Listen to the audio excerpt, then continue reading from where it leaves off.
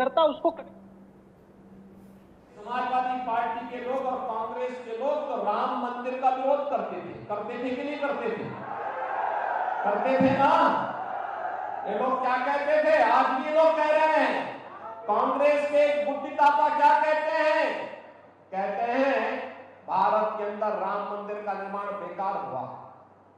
इस समाजवादी पार्टी का महासचिव भी यही कहता है, कहता राम मंदिर का निर्माण बेकार हुआ। जब इनकी सरकारें थी तब क्या कहते थे?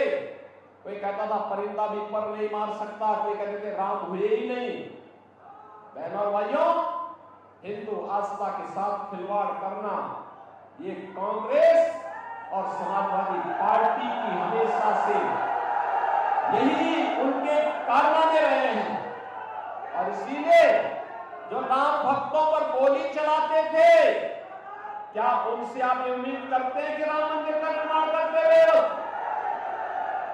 ये तो राम भक्तों पर गोली चलाने वाले लोग हैं।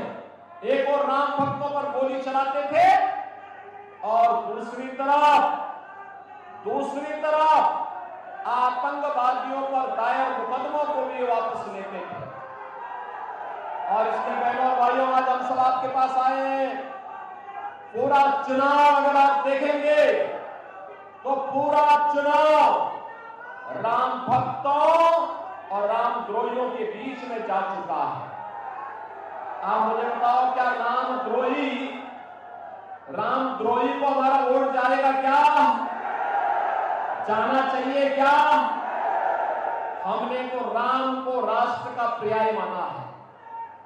और बहनों और भाइयों, जो कल तक राम को नकारते थे, आज किस मुंह से राम की वे बात करेंगे? और हम तो इस बात को हमेशा से विश्वास करते रहे कि हो ही वही जो राम रसी राखा। और इसीलिए प्रभु राम की भी इच्छा यही है कि उनका भक्त ही फिर से देश का प्रधानमंत्री बनेंगे ना। ये जो परिवर्तन आया है, विकास का, सम्मान का, सुरक्षा का, गरीब कल्याण का और आस्था के सम्मान का भी, यह मोदी जी के करिश्माई नेतृत्व के कारण ही संभव हो पाया है। उन्हीं के कारण संभव हो पाया है। अन्यथा बहनों और भाइयों, एक कांग्रेस का बस चलता, एक कांग्रेस अनुसूचित जाति, जनजाति और पिछड़ी जाति के अधिकारों पर सेंध लगाने का काम कर रही है। कांग्रेस का मैनिफेस्टो उठा करके देखिए। कांग्रेस का मैनिफेस्टो कहता है, और जब ये सत्ता में थे तब भी इन्होंने जो कारनामे किए थे 2004 से 2014 के बीच, कांग्रेस के प्रत्याशी से पूछना चाहिए, क्या यह सच नहीं है कि जस्टिस रंगनाथ मिश्रा की कमेटी कांग्रेस की सरकार ने गठित की थी और उस कमेटी ने जो रिपोर्ट दी उसके अनुसार अनुसूचित जाति, जनजाति के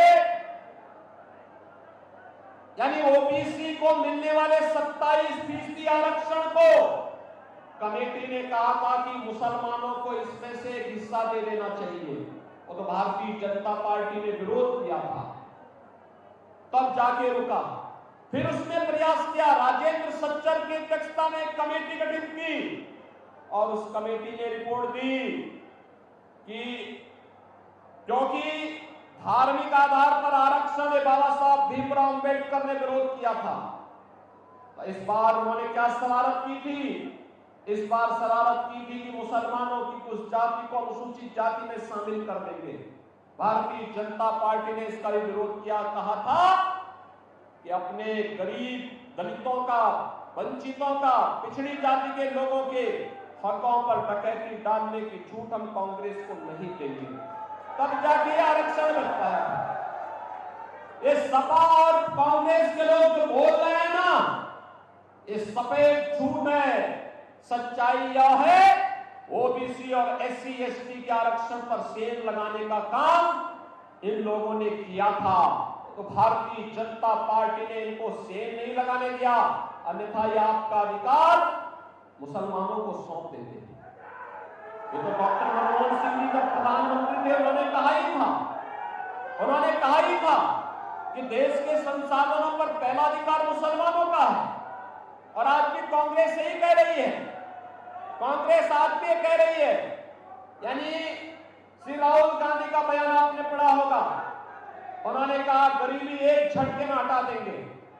अरे 65 वर्षों तक देश में शासन किए, तब तो कुछ किए नहीं, और आज एक झटके में कैसे हटा देंगे।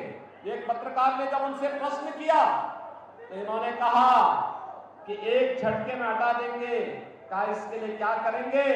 उसने कहा हर नागरिक की संपत्ति का सर्वे करवाएंगे।